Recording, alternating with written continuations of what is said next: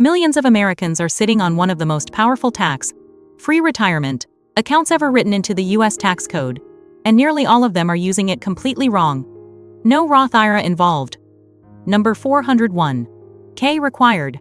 What we re talking about delivers a tax advantage that no other account in existence can match, and it has been available since 2004. This video is about the HSA, the health savings account, and why anyone between 45 and 65 who hasn't treated this account as a retirement vehicle is almost certainly leaving serious money behind. Everyone loves the Roth IRA, and financial media won't stop talking about it. Put money in after tax, watch it grow tax-free. Pull it out tax-free. 2 advantages, clean and simple. But here is the thing about the HSA.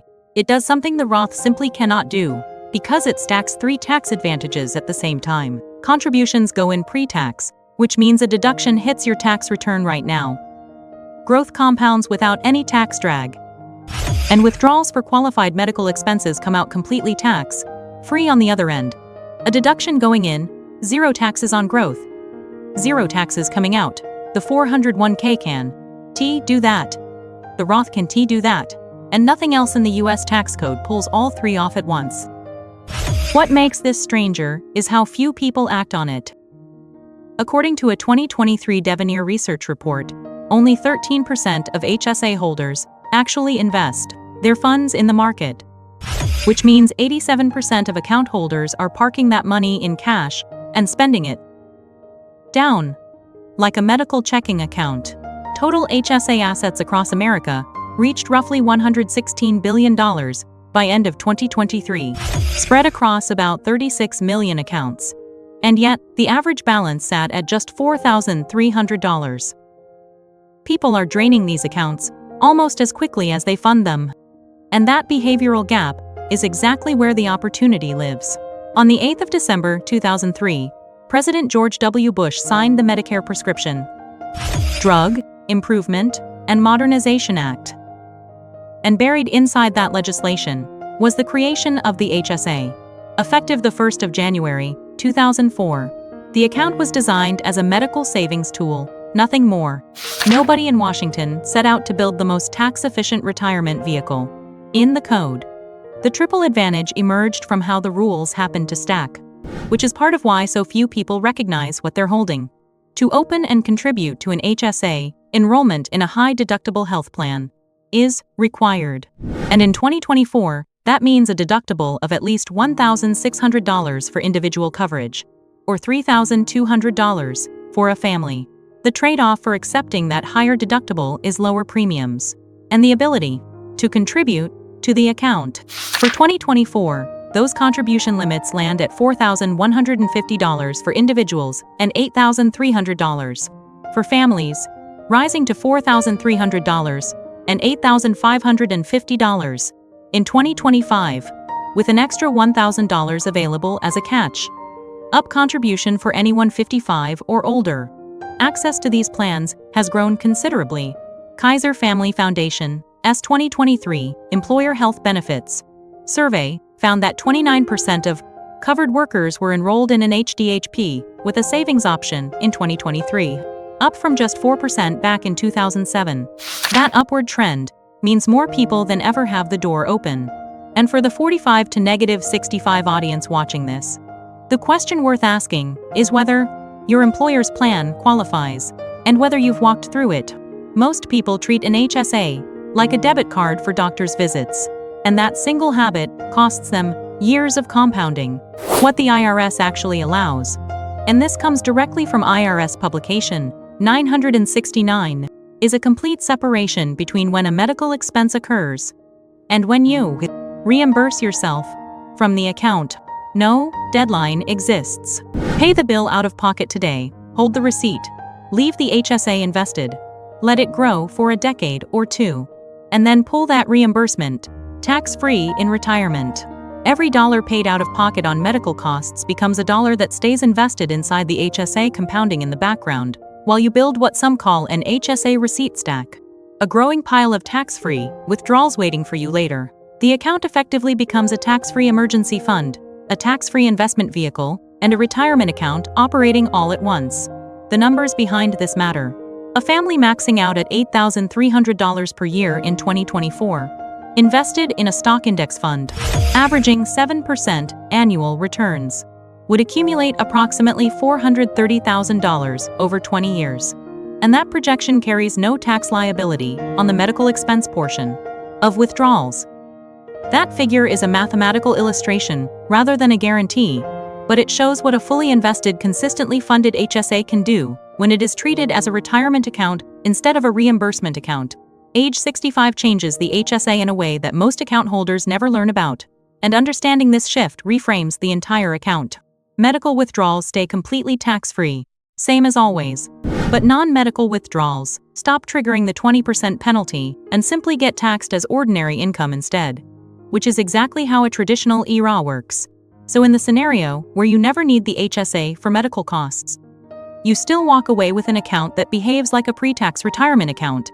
And in the scenario where healthcare costs consume most of your retirement spending, which, statistically, they often do, withdrawals stay tax-free. What the traditional IRA requires, but the HSA does not, is a required minimum distribution. Under the Secure 2.0 Act, traditional IRA holders must begin taking RMDs at age 73, generating taxable income whether they need it or not. The HSA carries no such requirement, which means the account compounds on your schedule rather than the government's. And that flexibility alone makes it worth taking seriously. State and local government employees, along with workers at certain nonprofits, may have access to a 457(b) plan, and one feature inside this account separates it from nearly everything else. In the Retirement Code, the 2024 contribution limit of $23,000 matches the 401k, which is useful but not unusual. What is unusual is that number 1% early withdrawal penalty applies when you separate from service at any age for anyone planning an early exit from the workforce. That distinction carries real weight. Employers who offer both a 403(b) and a 457(b), common in school districts, public universities, and some healthcare systems, allow employees to max out both plans in the same year, stacking pre-tax contributions up to $46,000 or more annually. And in the 3 years before normal retirement age, the 457(b) opens a special double contribution window, allowing up to $46,000 in that plan alone. Bureau of Labor Statistics data from 2023 counted roughly 19.5 million state and local government employees in the U.S. And anyone in that group who doesn't know whether their employer offers a 457(b) has a question worth answering this week. Municipal bonds carry interest that is generally exempt from federal income tax and often exempt from state taxes when the investor lives in the issuing state. And in 2024, high-quality muni yields ranged roughly between 3.5% and 5%, depending on maturity and credit quality. Those numbers shift with market conditions, so treat them as directional rather than fixed. The calculation that makes munis compelling for higher bracket investors works like this. Take your muni yield and divide it by 1 minus your marginal tax rate, and the result tells you what a fully taxable bond would need to pay just to match what the muni delivers after taxes. At a 4% muni yield and a 37% federal bracket, you divide 4% by 0.63 and land at roughly 6.35%, which means a taxable bond needs to pay 6.35% to deliver the same after-tax income your 4% muni already provides. For investors in the 32% bracket and above, that math moves the needle. For lower bracket investors, the spread often narrows enough that the advantage disappears. Taxable brokerage accounts carry a feature that rarely surfaces in retirement planning conversations but can erase decades of capital gains from your estate's tax picture entirely. Under ERC Section 1014, assets held in a regular brokerage account receive a step-up in basis at the owner's death, meaning heirs inherit at current market value rather than the original purchase price, and all appreciation accumulated during the original owner's lifetime disappears as a taxable event. Legislative efforts to eliminate this provision surfaced as recently as the Biden administration's 2021 American Families Plan proposal. But as of the knowledge cutoff for this video, the step-up in basis remains part of current law, though it continues to draw attention on Capitol Hill. Moving to a high-deductible health plan scares people, and for good reason, particularly for anyone over 50 who uses healthcare with any regularity. Because a higher deductible means more out out-of-pocket exposure before insurance coverage kicks in. That concern deserves a direct answer rather than a dismissal. The HSA strategy performs best for people who stay relatively healthy and can absorb routine medical costs without financial strain, leaving the HSA to compound undisturbed. Anyone with significant ongoing medical expenses should run the actual numbers on both plan types before assuming the HDHP wins, because a lower deductible plan might preserve more money overall, even without the triple tax advantage.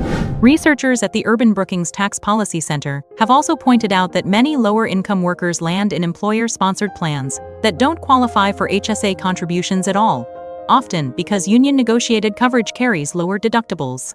The triple tax advantage flows disproportionately toward people already in stronger financial positions, and that reality is worth naming plainly. There is also a state-level complication for residents of California and New Jersey, the two states that don't conform to federal HSA tax treatment, meaning contributions get taxed at the state level in those states. Federal benefits stay intact, but the full advantage narrows considerably for those residents. The Roth IRA is a solid account. Nobody is disputing that. But income limits cap who can contribute. Contribution limits cap how much. And for people in the 45 to -65 window trying to accelerate savings in the years they have left, the Roth alone often falls short of what is needed. The HSA, the 457B, for those with access, the tax efficiency of low turnover index funds in a taxable brokerage, the after-tax math on municipal bonds. These tools already exist in the tax code, fully available. And most people either don't use them or run them at a fraction of their actual capacity. One action matters more than any other for most people watching this. Find out whether your employer's health plan qualifies for HSA contributions. And if it does, start contributing and investing rather than spending down. The 2025 limits sit at $4,300 for individuals and $8,550 for families, with that additional $1,000 available for anyone 55 or older.